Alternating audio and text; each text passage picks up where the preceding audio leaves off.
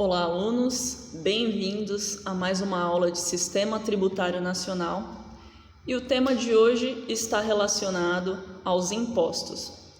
Retomando algumas aulas, passadas e alguns vídeos passados, estávamos falando sobre os tributos, a definição, o conceito, conforme o artigo 3º do Código Tributário Nacional.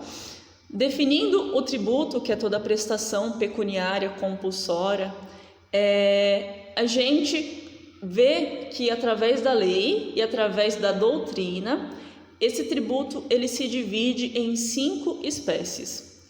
Essa teoria, adotada pela maioria dos doutrinadores, ela é chamada de pentapartida, porque tem a divisão aí de 5 vértices. Dessa teoria pentapartida, a gente consegue dividir o tributo em impostos, em taxas, contribuições de melhoria, contribuições sociais e empréstimos compulsórios. Então, só para adentrar a aula de hoje, a gente vai definir o que é imposto, o conceito de imposto e as características. Como que vocês vão saber, como alunos ou como profissional da área do direito tributário, diante de qual espécie tributária você está? Você vai ter que pagar um imposto, uma taxa, uma contribuição de melhoria? Você vai saber isso e você vai obter a resposta a partir do momento em que você identificar a característica de cada espécie tributária. Então, os impostos têm as suas características, as taxas, as suas características, As contribuições de melhoria e contribuições sociais, as suas próprias características, e o empréstimo compulsório, a sua própria característica. Você entendendo o conceito e o requisito de cada uma dessas espécies, você vai saber certinho diante de qual espécie tributária você está, se seu cliente for cobrado de alguma determinada coisa, você vai saber do que ele está sendo cobrado. Lembrando que dessa cobrança, a gente tem que ter uma lei que faça essa instituição. Então, você vai conhecer o conceito, as características e, de acordo com o princípio da legalidade, você vai saber se essa lei está adequada para permanecer no ordenamento jurídico ou não, certo? Lá na página de número 11 da apostila de vocês, inicia esse título relacionado aos impostos. Então, lá nesse primeiro parágrafo está descrito da seguinte maneira: como o próprio nome já indica, é algo que é obrigado. Então, olha a palavrinha aí que fácil. É imposto a você que você efetue esse pagamento, Você realizou o fato gerador da obrigação tributária, então foi imposto para você que você deve pagar. Não é uma possibilidade, não é uma voluntariedade, é algo coercitivo, é algo obrigatório. O imposto é o tributo obrigatório cobrado pelo governo. Isso quer dizer que é um valor que você paga e contribui para custear as despesas administrativas do Estado. O não pagamento pode gerar multas e até punição legal. Aqui nesse primeiro parágrafo, a gente consegue perceber já a primeira característica.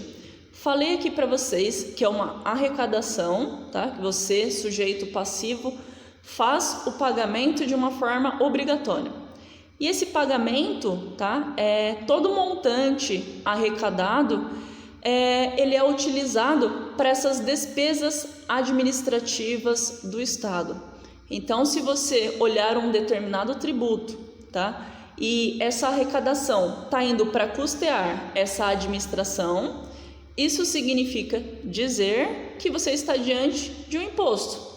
Por quê? Porque a taxa você consegue visualizar para onde que ela está indo. Ela não vai para o geralzão. A contribuição de melhoria também não vai para aquele valor arrecadado que é geralzão. Estou dando o conceito aqui de uma forma inicial, mas vocês vão fazendo a comparação em momento posterior. E aqui é uma característica bem importante que vocês devem anotar no caderno aí com a palavra de vocês. Ao olhar por esse lado, até parece algo ruim. Então, quando você olha por esse olhar, né, você tem essa visão de ser algo imposto a você, parece que estão te fazendo algo ruim, tá? Financeiramente, claro, mas quando a gente está diante de uma determinada coisa obrigatória, fica aquele caráter ruim de efetuar o pagamento, porque tudo que é obrigatório, né, que não condiz com a nossa real vontade, a gente já atribui, a gente leva para o lado ruim da situação. Mas se a gente pensar, sem a cobrança do imposto, nenhum país no mundo conseguiria desenvolver serviços e benefícios para a população. É como se você estivesse investindo no governo para que ele possa cuidar dos seus serviços básicos. Esses serviços básicos estão relacionados àqueles itens lá dispostos nos direitos e garantias fundamentais. A gente tem direito à educação, lazer, saúde, segurança, certo? Então, todo esse geralzão que é arrecadado, tá? Com os impostos, são revertidos de acordo com o plano do governo, tá? Serão revertidos, então, para essas áreas relacionadas às áreas sociais. Saúde, educação, lazer. Então, nesse planejamento, por exemplo, do presidente da República, ele tem que demonstrar onde que ele vai investir, né? Então, ele vai aplicar quanto na educação? Ele vai aplicar 10%, 20% do arrecadado? E com isso, com esse planejamento, a gente até consegue observar nessa parte política o quanto esse político é comprometido com tal área. Então, ele vai pegar esse geralzão e vai, através do plano dele, né, dividir. Então, ele pode colocar lá 50% para a segurança pública e o restante dividido entre todas as outras áreas. Ele pode colocar 5% lá na área da educação e o restante ele vai dividir, tá, para todas as outras demais áreas. Aqui, na espécie tributária dos impostos, a gente tem as divisões. A gente tem os impostos federais, estaduais e municipais. Quem traz essa divisão é a própria Constituição Federal. Então, se você está com a apostila e quiser conferir junto com a Constituição, também é importante, é um complemento, certo? Aqui os impostos federais, que eu vou citar alguns para vocês, tá? São os seguintes: imposto de importação, o imposto sobre operações financeiras, imposto sobre produto industrializado, o imposto de renda, o imposto sobre propriedade territorial rural, e temos também as CIDs, os COFINS, certo? Todas essas contribuições, todos esses impostos aqui, na verdade, eles são de competência da União. Numa das aulas passadas também a gente falou sobre competência, a competência e a capacidade. Que competência, ela não pode ser delegada, não pode ser passada, por exemplo, da União para o Estado, do Estado para o município, da União para o município. A competência é daquele ente e pronto. A capacidade de cobrança, um ente pode transferir a outro. Então, por exemplo, a União, ela é responsável e é competente pelo ITR.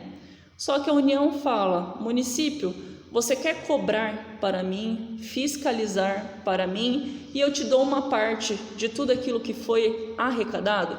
Aí o município pode falar sim. Por quê? Porque é muito mais fácil o município que está ali perto daquele território efetuar a fiscalização e cobrança do que a União que está lá centralizada na capital da República, cobrar, por exemplo, algum determinado imposto que esteja lá no interior da cidade, de alguma cidade do Nordeste, de alguma cidade do Sul, do Sudoeste e do Sudeste e etc.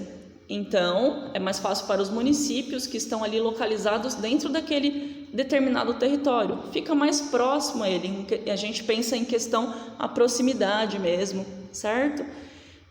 Imagine a União disponibilizar fiscalização para cada município. Seria mais difícil, seria mais custoso também do que a própria prefeitura efetuar essa cobrança.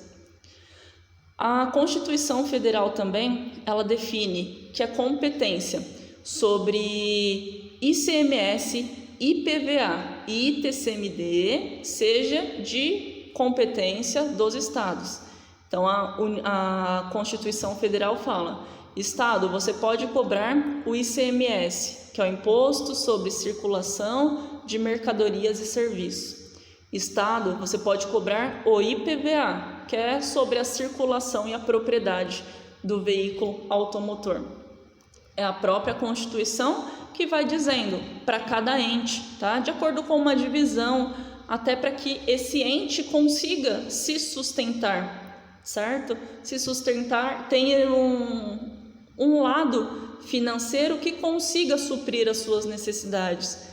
Então, se a gente observar aqui, a União, talvez ela tenha mais responsabilidade do que o Estado ou o município, porque a União, ela cuida de todo mundo, o Estado cuida só dele e o município só dele, certo?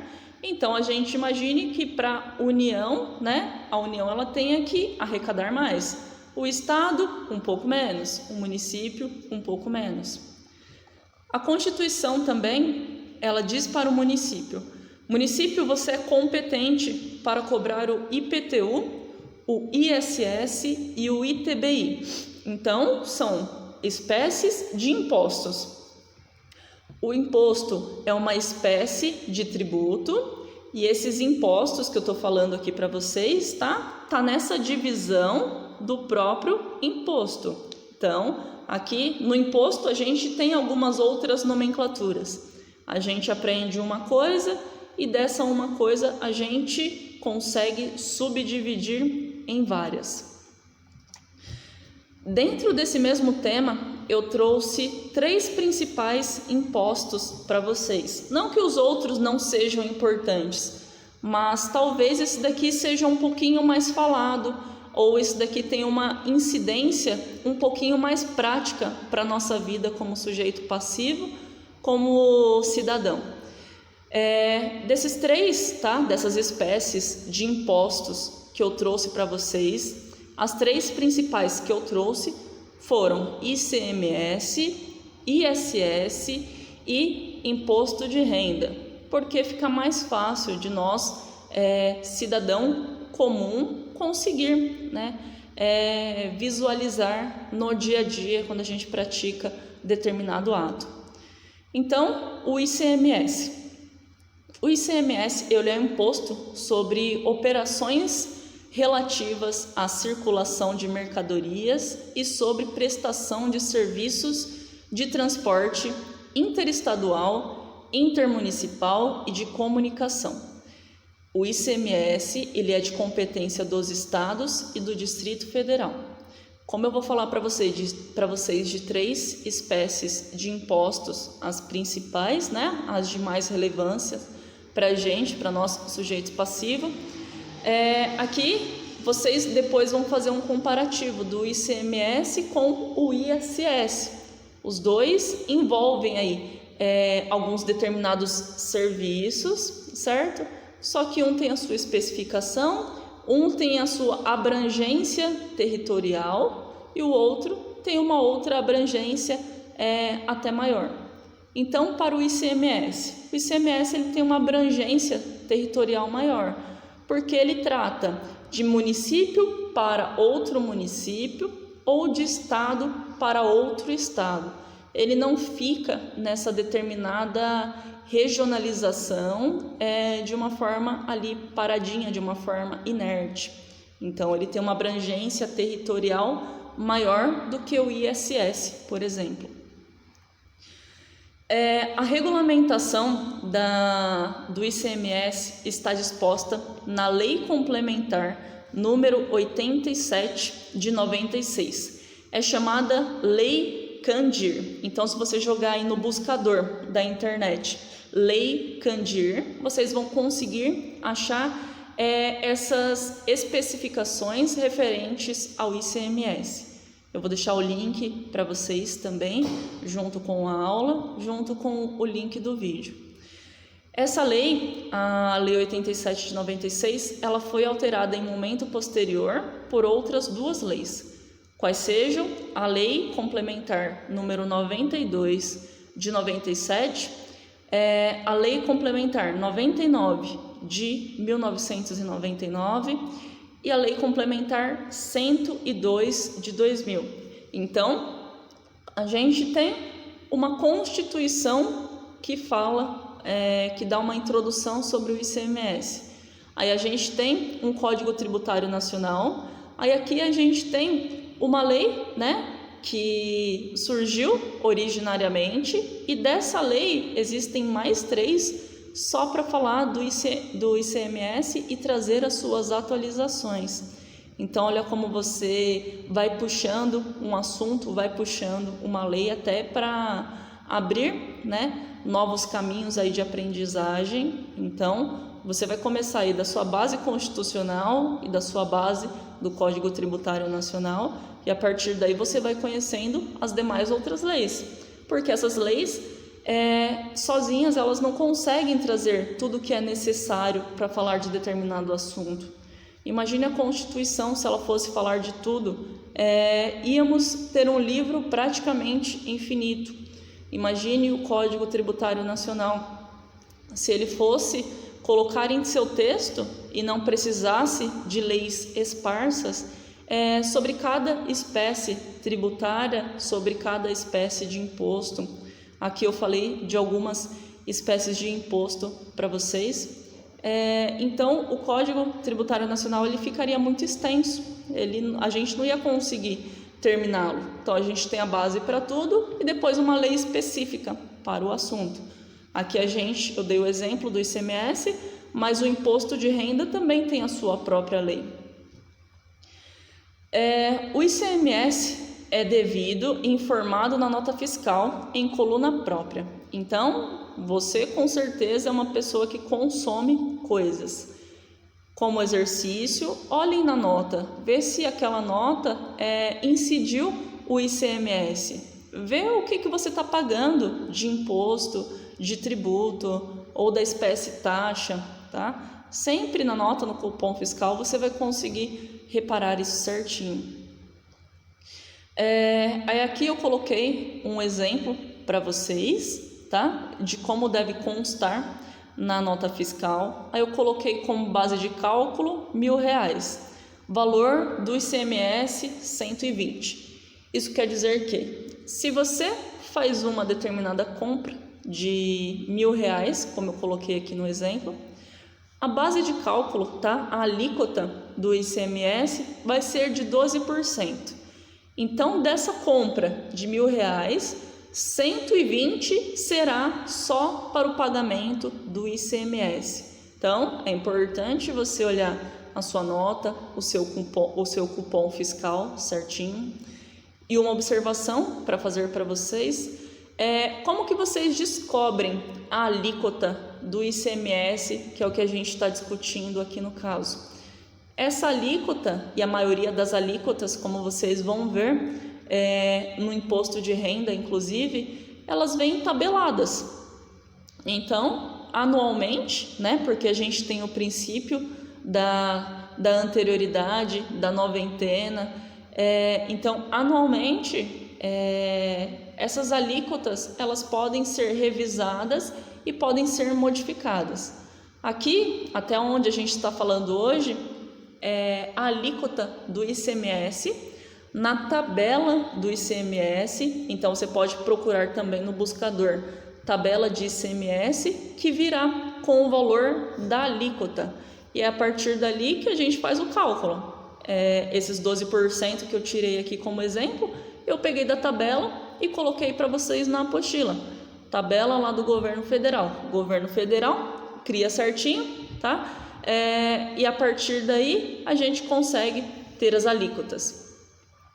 Juntamente com o governo estadual também, porque o ICMS é de competência do estado. Então, quando você quiser saber a alíquota, essa alíquota é a porcentagem que você vai tirar, né, de imposto. Essas alíquotas, elas vêm em tabelas, vem tudo certinho lá para nós fazermos os cálculos.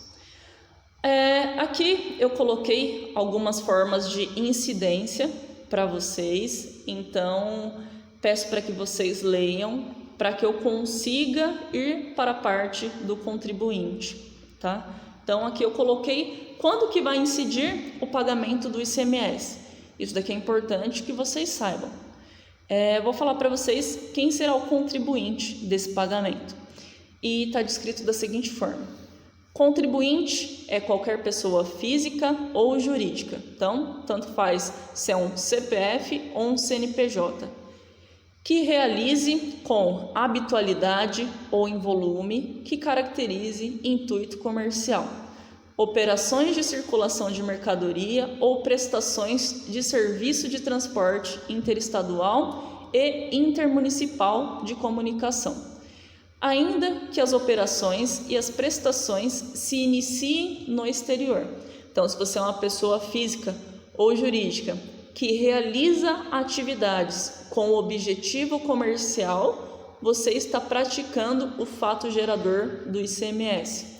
Se você trabalha com transporte interestadual ou intermunicipal, você também está realizando o fato gerador do ICMS, então vocês vão ter que pagar, tá?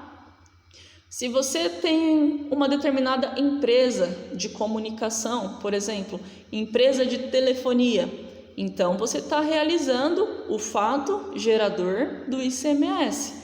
Você está realizando aquilo que a lei descreve para que a partir daí você passe a pagar essa espécie tributária que é o imposto. Também contribuinte a pessoa física ou jurídica que mesmo sem habitualidade faça as seguintes coisas que eu vou ler agora. Importe mercadorias do exterior, ainda que se destine a consumo ou a ativo permanente do estabelecimento. Pessoa também que seja destinatária de serviço prestado no exterior ou cuja prestação se tenha iniciado no exterior. Pessoa que adquira em licitação de mercadorias apreendidas ou abandonadas. Pessoa que adquira lubrificantes e combustíveis líquidos e gasosos derivados de petróleo e energia elétrica oriundos de outro estado, quando não destinados à comercialização ou à industrialização. Então, nesse caso aqui, tentando trazer para um exemplo prático, fazemos de conta que a Celebre Presentes Personalizados, tem aqui a sua filial, a sua matriz, no caso, estabelecida no estado de São Paulo. Só que a Celebre Presentes está recebendo encomendas de vários territórios brasileiros, está recebendo encomendas de outros estados, recebeu uma encomenda lá da Paraíba. Então, como ela está comercializando, ela está com esse objetivo, com essa finalidade de negócio, a Celebre Presentes, ela vai ter que pagar o ICMS, porque a mercadoria dela não está circulando entre estados. Se está circulando entre estados, a lei diz, se o seu produto está rodando aí de um estado para o outro, fazendo entrega de um estado para o outro, então você vai ter que pagar ICMS para mim. Você está demonstrando riqueza, fornecendo seus produtos para outros locais. Então, nada mais justo do que você pague. Se você demonstrar riqueza, você vai sempre pagar para o ente público, tá? Para o sujeito ativo. Aqui também eu coloquei o local, tá? Da operação ou prestação. Todos esses itens aqui que eu coloquei, eu tirei dessas leis complementares que eu passei para vocês. Então, o que vai acontecer? Vou mandar o link do vídeo explicando tudo certinho, tá? Essa parte da lei eu vou mandar os links para vocês efetuarem a consulta, tudo certinho, e consiga complementar junto com a apostila. Essa parte que eu coloquei de lei é só a título informativo, tá? Então, por isso que alguns pontos eu estou pulando, porque aqui é a lei seca. E se eu for ficar lendo a lei seca para vocês do ICMS, a gente não vai conseguir avançar no assunto. Então, eu quero que vocês vão lá para o finalzinho da página de número 17, para a gente falar da não cumulatividade do imposto e saber o que isso significa. Então, se eu falar para vocês assim, o ICMS, ele é um imposto não cumulativo. Então, o que significa? Significa que em cada etapa, tá, desse processo de ICMS, eu vou abatendo um determinado valor para que assim eu chegue no valor final. Tenho certeza que ficou confuso, mas eu vou fazer a leitura aqui e vou explicar para vocês. O ICMS é não cumulativo, compensando-se no que for devido em cada operação relativa à circulação de mercadorias ou prestação de serviços de transporte interestadual e intermunicipal e de comunicação com o montante cobrado nas anteriores pelo mesmo ou outro estado. Aqui eu ainda tenho certeza que está difícil para você entender, mas na sequência eu vou explicar pelo exemplo, então eu creio que vai ficar mais fácil. É assegurado ao sujeito passivo o direito de creditar-se do imposto anteriormente cobrado nas operações que se tenha resultado a entrada de mercadoria real ou simbólica no estado e no estabelecimento. Então, o que isso quer dizer?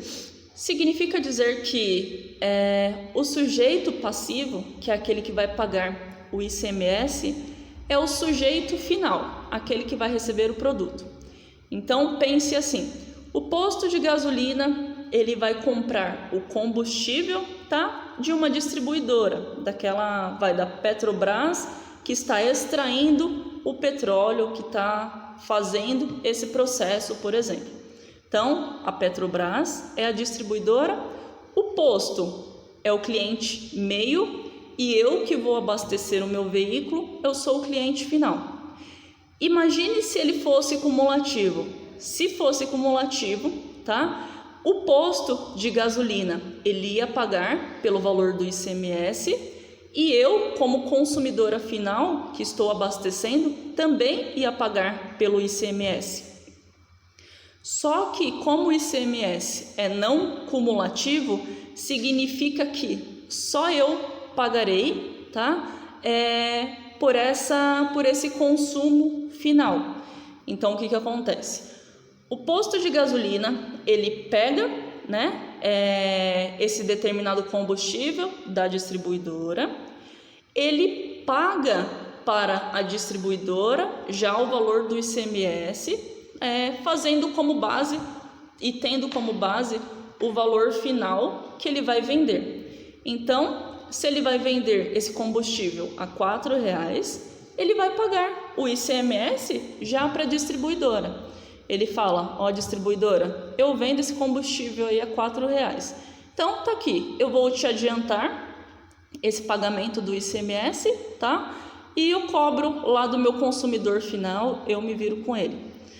Em prática não é assim, porque não é o posto de gasolina que fala, tá? Quem determina as regras, quem determina a lei é o ente público, certo? Então, o que acontece? Ele paga para que o governo, para que o ente público não fique sem receber e ele repassa para mim essa incidência tributária. Sou eu que estou pagando, só que ele é um intermediário e ele está adiantando esse pagamento para a Fazenda Pública. Por quê? Porque é um bem coletivo, tá? Essa arrecadação vai fazer bem para a sociedade. Então, o posto, ele é particular, ele pode deixar de receber se eu não quiser comprar, se o posto não tiver mais clientes, aí não é interessante para a sociedade, tá? Mas eu, como ente público, eu tenho um papel com a sociedade, então tenho que manter. Então, você, posto, adianta para mim e cobra lá do seu consumidor final, porque eu não posso correr o risco de ficar sem essa arrecadação, certo? Aqui eu coloquei um exemplo para vocês, eu espero que seja esclarecedor para que vocês entendam. Olhando assim pelo próprio texto, fica bem difícil. Então, por isso que eu trouxe alguns números. Nesse primeiro exemplo aqui, total do ICMS devido pelo sujeito passivo. Então, eu coloquei o valor de R$50 mil. Valor do imposto anteriormente cobrado decorrente de entradas de mercadoria. O valor do imposto foi 10 mil. O valor do ICMS a pagar, 50 menos 10 mil igual a 40 mil. Aqui ainda eu imagino que esteja muito difícil. Então, eu coloquei aqui um exemplo de número 2 e um exemplo de número 3 também. Então, coloquei lá para vocês, tá? Numa situação bem prática. Eu, lojista, tá? Compro do fabricante. Estou fazendo a leitura aqui para fazer o exemplo exatamente e vocês entenderem o que eu coloquei na apostila de vocês. Então, eu, lojista, compro do fabricante uma impressora para revenda. Eu, como lojista, comprei do fabricante por R$100. Então, o preço de compra meu com o fabricante são R$100. Eu vendo essa impressora para o meu cliente. Então, na minha loja, essa impressora que eu paguei R$100, eu vou revender por R$170. A alíquota de ICMS para esse tipo de mercadoria, que eu pesquisei lá na tabela do ICMS, são de 18%. Irá incidir tanto em minha compra quanto em minha venda. Então, o que eu coloquei aqui para vocês, certo? Na minha compra, eu já adiantei para o fornecedor, certo? Tirando esses 18%, então eu paguei para o fornecedor R$18. Da minha venda, também incide 18% do ICMS, certo? Então, o meu cliente, ele pagou R$30,60 de ICMS. Aí, tentem notar agora a diferença. Dessa forma, eu vou pegar os R$30,60 que foram pagos pelo meu consumidor, a BIM Logista, e vou subtrair por aquilo que eu já tinha pago, a título, tá? Informando aqui para vocês, R$18. Então, R$30,60 menos R$18 que eu já havia pago para o fornecedor, aí sobra aqui um valor de R$12,60 que eu tenho que recolher de ICMS. Se fosse tudo cumulativo, eu ia pagar, né? Eu não ia ter essa diferença de R$11,60. Eu ia ter que pagar R$30,60 e depois mais R$30,60, cumulando em todas as operações. Fornecedor, eu lojista e o consumidor final. Eu não ia ter o abatimento. O produto final, ele custa R$170. Então, o correto a recolher seriam R$30,60. Só que como eu estou aqui ainda na intermediária, eu vou pagar uma parte, certo? E vou cobrar, né, esses 30% esses R$30,60 do meu consumidor final e depois eu só pago o que faltar para a receita. Então, eu lojista, quando eu for declarar o meu imposto, eu falo: Receita, eu comprei esse produto por R$100 e já te adiantei R$18. Como eu vou vender por R$170, então o total, aquilo que eu deveria te pagar, eram R$30,60. Só que como eu já te adiantei 18, agora eu só vou pagar a diferença para você. E isso você vai fazendo em todas as suas vendas, em tudo aquilo que sair da sua loja. O ICMS, ele incide sobre o valor final, tá? Sobre a operação final. Só que como eu já adianto uma parte quando eu compro do fornecedor, depois eu só passo para o fisco aquilo que foi a diferença. O exemplo número 3 também coloquei aqui de uma forma e tentei de uma forma bem didática. Espero que vocês entendam, tá? Se não entender, vocês vão me chamar sempre para tirar as dúvidas. Então, novamente, eu, lojista, compro do fabricante agora 2 impressoras para revenda. O preço de compra são R$200, porque cada uma custa 100.